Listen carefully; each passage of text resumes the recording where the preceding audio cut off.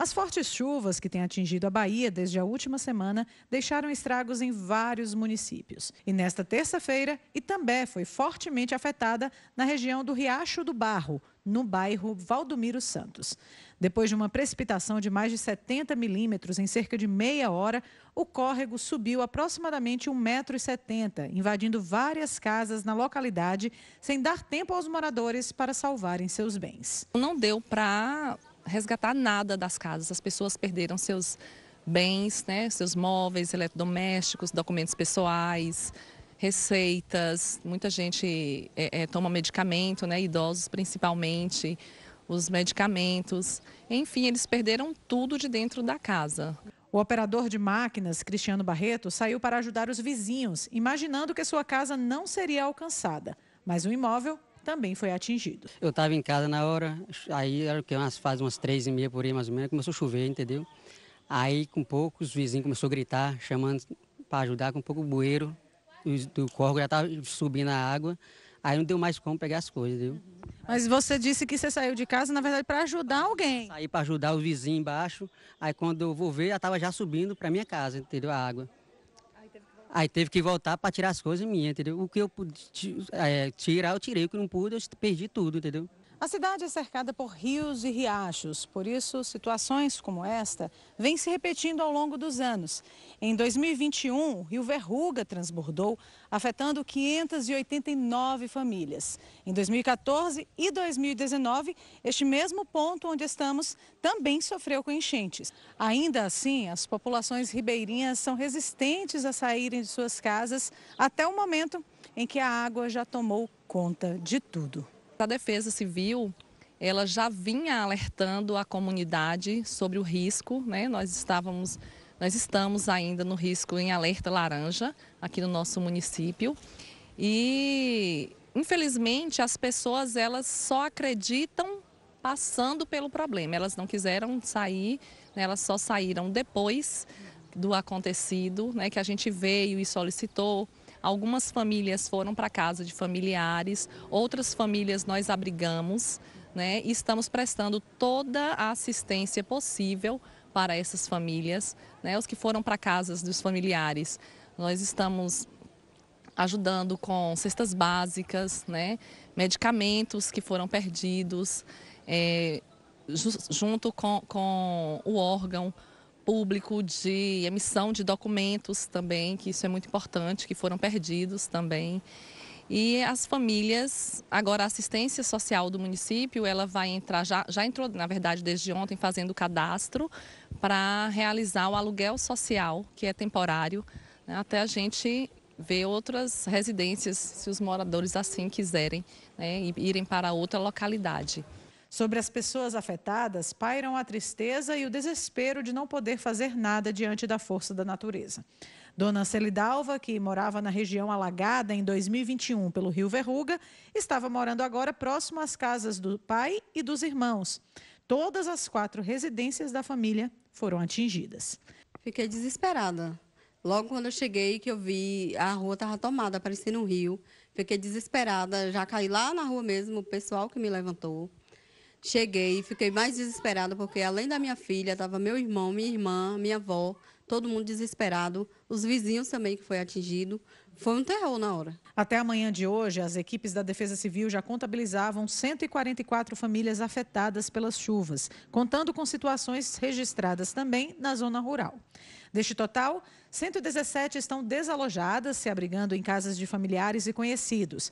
Para os demais que ficaram desabrigados, a Prefeitura disponibilizou o Colégio Municipal Aparício e, a fim de facilitar a assistência à população, o município decretou situação de emergência. Devido à previsão de chuvas que continua para a região, a Defesa Civil segue em alerta. O Rio Pardo e o Rio Verruga, eles estão sendo monitorados.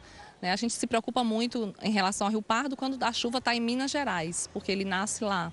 Então, quando chove lá, a gente espera 24, 48 horas, a depender do município, para ver o volume da água. E a gente fica monitorando, né? Nossa Secretaria de Meio Ambiente fica monitorando. E o Rio Verruga, quando chove em Vitória da Conquista. Aí a água demora 24 horas para chegar aqui e também é monitorado. O trabalho ele é sempre de orientação às famílias.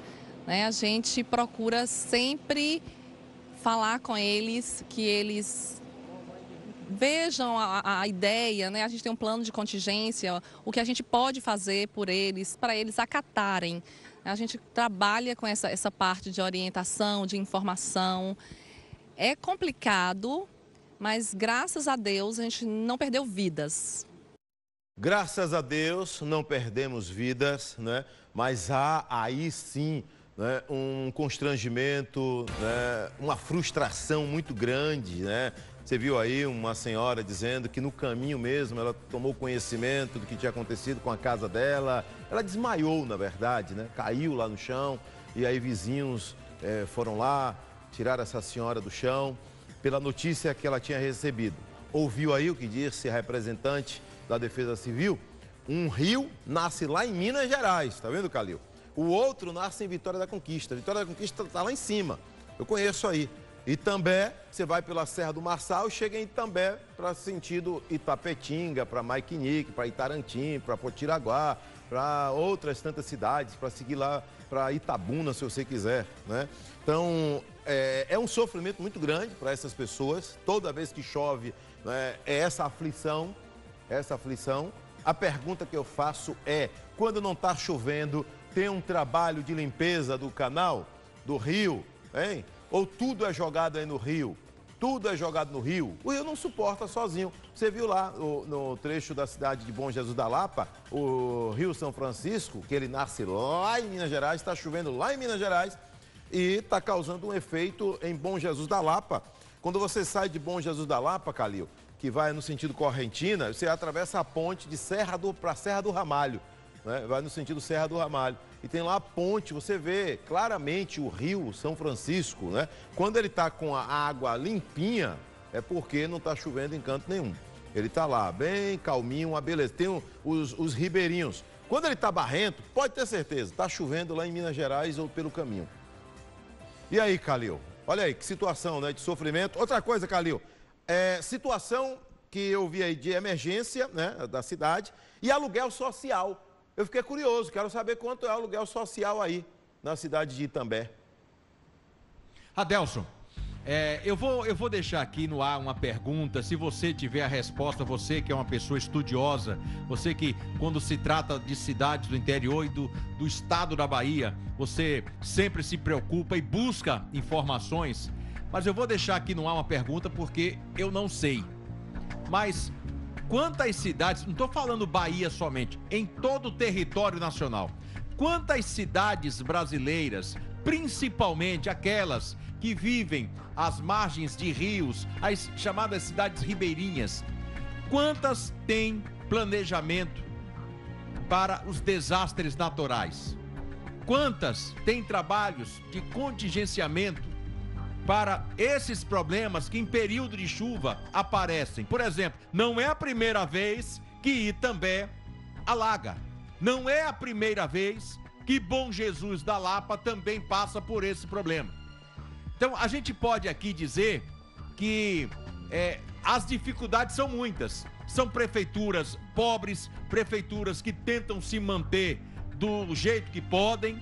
Eu sei que é difícil, mas infelizmente hoje nenhum gestor de todas essas cidades que enfrentam as chuvas, que enfrentam os alagamentos, os rios transbordando, preparam um plano de contingenciamento para evitar que problemas como esses aconteçam. E todos os anos estamos aqui falando sobre alagamento, rio transbordando e não há nenhuma política pública que pelo menos eu tenha conhecimento que cuide disso. Adelson Carvalho. Peraí. Aí, Calil, você disse o que aí? Cidades que vivem, né? Eu imagino assim também, com a cuia na mão. Cidades que dependem praticamente exclusivamente do FPM, né? Que é o Fundo de Participação dos Municípios, de repasse do governo federal, de repasse do governo estadual, né? Mas existem também cidades ricas, né? Cidades ricas, né? Que o povo sofre também, né? Toda vez que chove, aí eu vou botar a culpa na chuva? De jeito nenhum, de jeito nenhum. Isso é descaso do poder público, descaso. não é? Aí eu pergunto, quantos deputados enviaram emenda parlamentar para resolver essa situação aí de Itambé? Faz uma busca aí, produção. Faz uma busca aí. Faz uma busca. Ah, mas se for para fazer zoada, né, para fazer barulheira, para liberar aí para parafernália, logo aparece emenda parlamentar. É ou não é? Mas para resolver essa situação aí, não cabe emenda parlamentar? É óbvio que cabe, né? É óbvio que cabe emenda parlamentar.